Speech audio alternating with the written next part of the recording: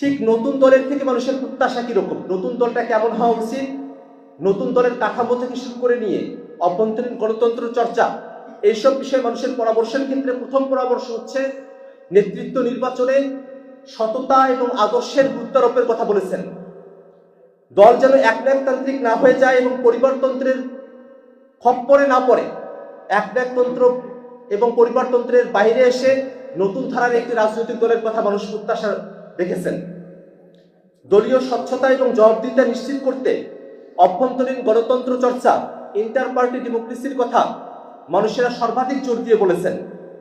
আমাদের রাজনৈতিক দলে তরুণদের অংশগ্রহণ, নারীদের অংশগ্রহণ, প্রান্তিক জনগোষ্ঠী যারা আছেন তাদের সকলের অংশগ্রহণ, সমাজের নানা শ্রেণী পেশার মানুষ, নানা সম্প্রদায়ের মানুষ, নানা মতামতের মানুষ, চিন্তার মানুষকে যেন আমরা সম্মিলন ঘটাতে পারি, সকলের জন্য